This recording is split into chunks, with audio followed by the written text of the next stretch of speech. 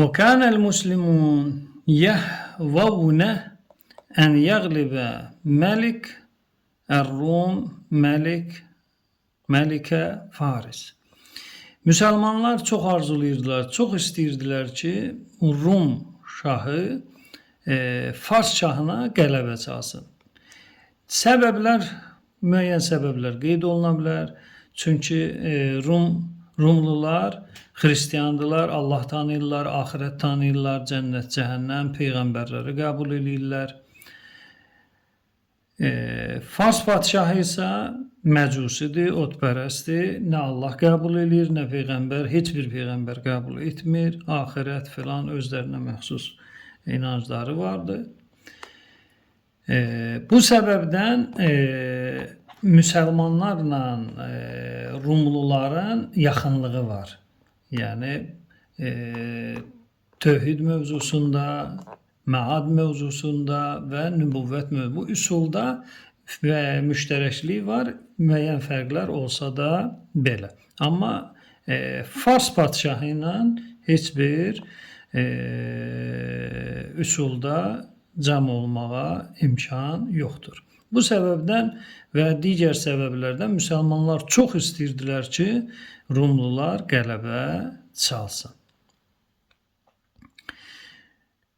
Deməli, فَلَمَّا غُلِبَ مَلِكِ الرُّوم Deməli, Rum padşahı məğlub olduqda bəka lidəlikəl muslimun vəğtəmmu bu hadisəyə səbəb oldu ki, bəzi müsəlmanlar ağladı və qəmləndi, kədərləndi. Və Allah Taala ayə nazil elədi. Əlif lam mim Gulibətur Rum fi ədnəl ard. Deməli, Rum məğlub oldu və yaxud Rum qələbə çaldı. Ədnəl ard. Ard yer deməkdir. Deməli, yerin hara olduğu da vurğulanmır. Və Rumluları kim məğlub elədi və yaxud Rumlular kimi məğlub elədi, o da Quranda heç bir ayədə qeyd olunmur. Yer də bəllidir harda bu hadisə baş verir. İmam Baqir əleyhissalam Peyğəmbərə birləşən sənədi ilə buyurur ki, yəni Qələbətə Faris fi ədnəl ard. Farslar Rumlulara qələbə çalır, ədnəl arda. O ard yer haradır? Buyurur, hiyə Şamat. Şamlar deyilən yer və mə havləhu və onun ətrafı.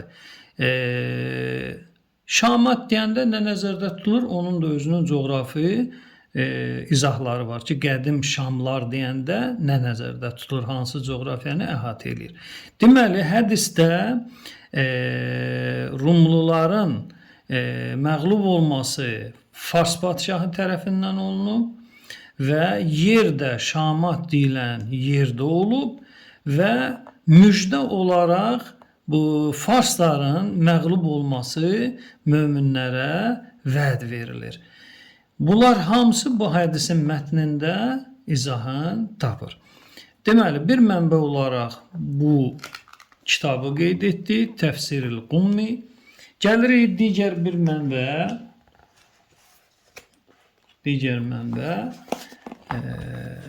Furu'il Kafi, Şeyxil Kuleyninin Furu'il kitabı.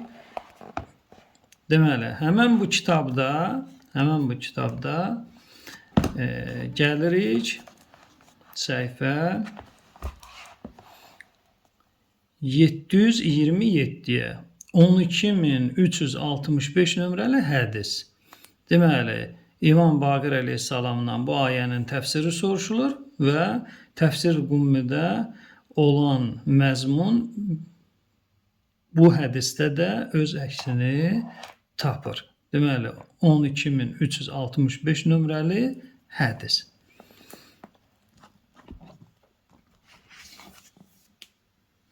Digər mənbə, deməli, Təfsir Nurus Səqələyn, Muhəddisil Cəlil Əlləməl Xəbir Şeyx Abd Ali ibn Cümə Əl-Ərusi Əl-Hüveyzi. Deməli, Nurus Səqələyn adında təfsir kitabıdır. və 1112-ci ildə müəllif hicrətən vəfat edib. Deməli, 5-ci cild 5-ci cild səhifə 382-də İbn Məhbubdan nəql eləyir hədisi və sona qədər hədis gəlir. Eyni mövzuda Rum kimə məğlub oldu, harda məğlub oldu və digər təfsilat, mövzuda bədanın baş verməsi və s. ilə axır mənbə kimi qeyd olunur. Deməli, sonuncu mənbə olaraq Üsul Kafinin şərhi Mir'atul Uqul adında Əllamə Məclisi tərəfindən yazılmış Mir'atul Uqul kitabını nəzərə alaq. Deməli, bu çapla 21-ci cilddə Əllamə Məclisi Biharul Ənvarın sahibi, deməli, Biharul Ənvarın sahibi 21-ci cild səhifə 218-də 397 nömrəli hədis. 397 nömrəli hədis gəlirik aşağı haşiyə. Əl-hədis əs-sabi' və tis'un və sələsma'ə sahihun. Bu hədis nədir? Səhihdir. Yəni İmam Baqir əleyhissalamın Rumluların məğlub olması mövzusunda dediyi hədis nədir? Sahih sənəddir.